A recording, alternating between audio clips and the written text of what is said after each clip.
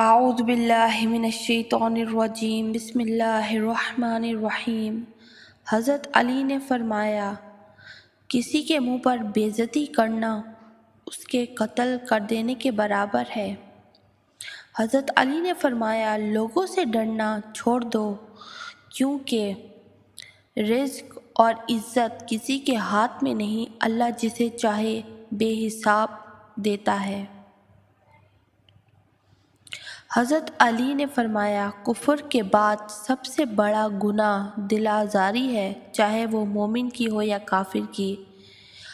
حضرت علی نے فرمایا، کائنات کی سب سے مہنگی چیز احساس ہے، جو دنیا کے ہر انسان کے پاس نہیں ہوتا۔ حضرت علی نے فرمایا، کسی انسان کو پتھر سمجھ کر ٹھوکر مت مارو، بلکہ اسے تراش کر کے دیکھو، شاید وہ ہیرا ہو۔ علی نے فرمایا، لوگ جتنا بھی دل دکھائیں، یہ یاد رکھا کریں کہ جب اللہ کے بندے ہمیں توڑ دیتے ہیں تو ان کا توڑنا ہمیں اللہ سے جوڑتا ہے۔ حضرت علی نے فرمایا، کسی کا دل مت دکھاؤ کہ وہ اللہ کے سامنے تمہارا نام لے کر رو پڑے، کیونکہ ٹوٹے ہوئے دل سے نکلی آہ عرش تک جاتی ہے۔ فرمایا، کبھی اس کو نظر انداز نہ کرو جو تمہاری پرواہ کرتا ہے، ورنہ کسی دن تمہیں احساس ہوگا کہ پتھر جمع کرتے کرتے تم نے ہیرا گنوا دیا۔ حضرت علی نے فرمایا، وہ جگہ چھوڑ دو جہاں تمہارے احساس اور تمہارے الفاظ کی قدر نہ ہو، پھر چاہے وہ کسی کا گھر ہو یا کسی کا دل۔ حضرت علی نے فرمایا، آپ کو جس شخص سے محبت ہو جائے اس کی آخرت کے بارے میں سوچا کرو کہ اس کو کیسے بہتر بنایا جائے، یہ تمہاری محبت کی سب سے بڑی دلیل ہوگی۔ حضرت علی نے فرمایا، کسی سے محبت ہونے لگے تو صدقہ دو، محبت ہوئی تو مل جائے گی اور اگر بلا ہوئی تو ٹل جائے گی۔ حضرت علی نے فرمایا، جب تم کسی شخص کو اس کی دولت کی وجہ سے عزت دینے لگو تو سمجھ لینا تم نے اپنا ایمان کھو دیا ہے۔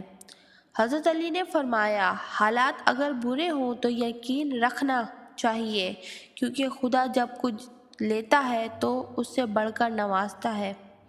حضرت علی نے فرمایا، جب اللہ کسی بندے کو پسند کرتا ہے تو اسے خوب آزماتا ہے، بس تم صبر کرنا، کیونکہ صبر کرنے والوں کو منزل کی جنت ہے۔ حضرت علی نے فرمایا، اور کبھی غم نہ کرنا کہ دنیا آپ کے ساتھ نہیں، بلکہ خوش ہونا کہ دنیا کا مالک آپ کے ساتھ ہے۔